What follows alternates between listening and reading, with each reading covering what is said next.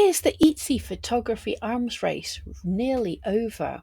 For years, Etsy sellers have fought to create the perfect product photos, better lighting, better cameras, better editing. I know because I was one of them. But what if I told you that perfection might now be hurting sales, that customers might actually prefer something less polished? This is the story of Etsy's photography arms race and why it might be over. When I first started on Etsy in 2008, I didn't even know how to take a decent photo. My camera was basic and I relied on natural light, which doesn't sound so bad. Plenty of people advise that. However, I'm in Scotland and natural light is unreliable at best.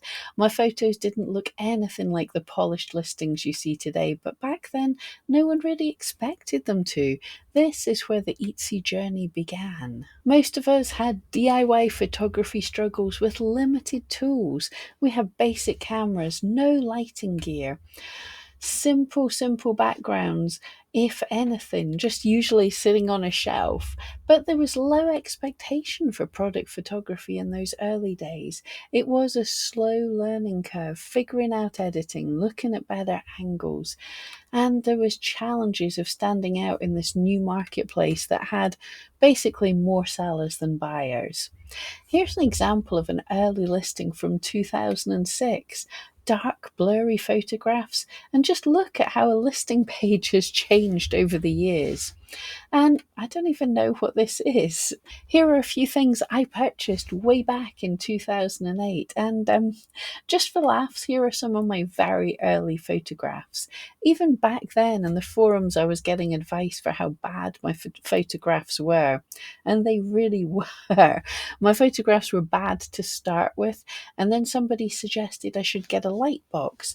I had no idea. I'm embarrassed to share this. I had no idea what a light box was. So I thought you needed to put your items into a box to take a picture. It would be like more even lighting or something. A light box isn't the same as putting your photos in a box. And then I got advice to take my items out of a box. But by 2010, I had a new camera and I was doing way better. In fact, some of my top sellers just now still have those images from 2010. By 2013, Etsy was no longer a hobbyist marketplace. Sellers were competing for attention and the stakes had gotten higher. That's when I realized that better photos could mean better sales. So I invested in a better camera. I learnt editing and started styling my photos. The competition was fierce and it was only going to get tougher. There was a shift towards professional grade photography.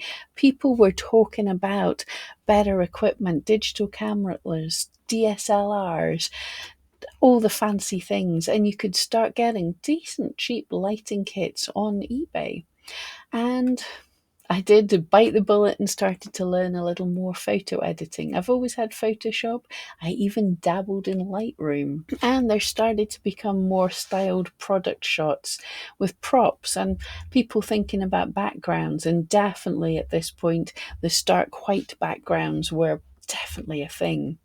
Etsy's visual standards grew higher and there was competition in every sense, more sellers with better products and much better photography.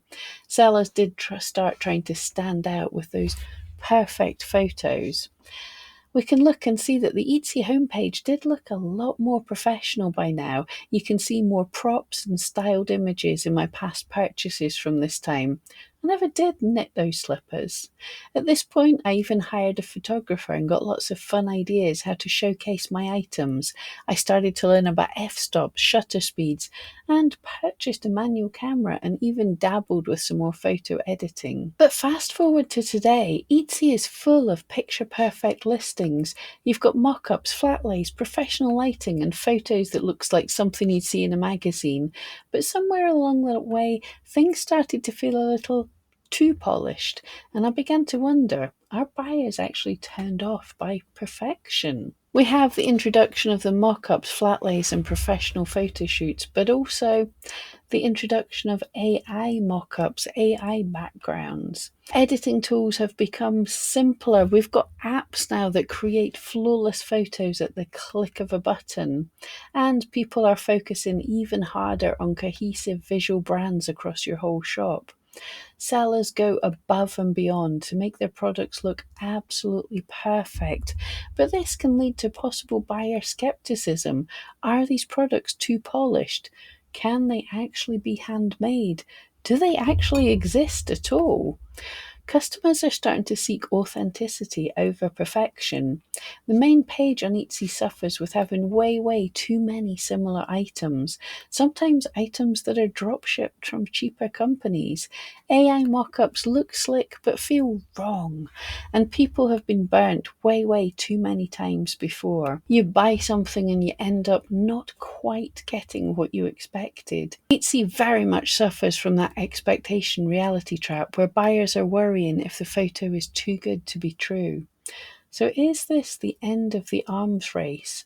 We're now in a strange space. Listings with overly polished photos are still very common, but there is a shift happening. More and more sellers are embracing a more real look, like photos that feel raw, unstyled, a bit more human. I have to ask, has the Etsy photography arms race really come to an end?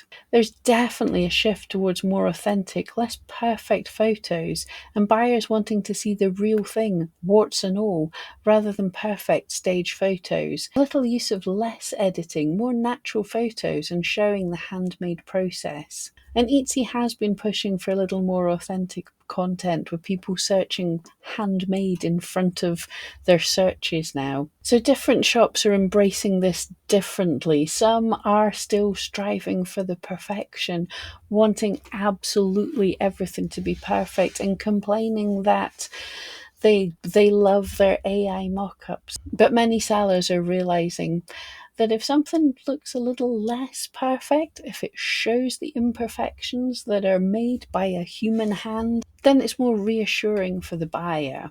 There's a challenge of finding the sweet spot between quality and trustworthiness. For a few years, buyers have started adding the word handmade to their searches, and I often hear sellers complain that their bad photos seem to be getting more sales. But buyers have been burnt. If things look too good to be true, they know often they are. If a photo is less perfect, then there's a greater chance that it's a photograph of a real item.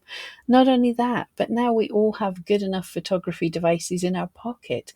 Good photos of an actual product are possible by just about everyone. So just maybe now we don't have to have the perfect studio setup. Good enough is good enough. Although that doesn't mean terrible quality, we should be, where we can, focusing on good photographs that show the item in the best light, but not editing it within an inch of its life. Videos don't have to be perfect. Have you checked TikTok if it's still available? But creators can have handheld spur of the moment videos on there and people are loving them because they're real. Who knows where things will move in the future, but it is interesting that the rise of AI might have stalled the photography arms race for now. Real beats fake almost every time. But what do you think?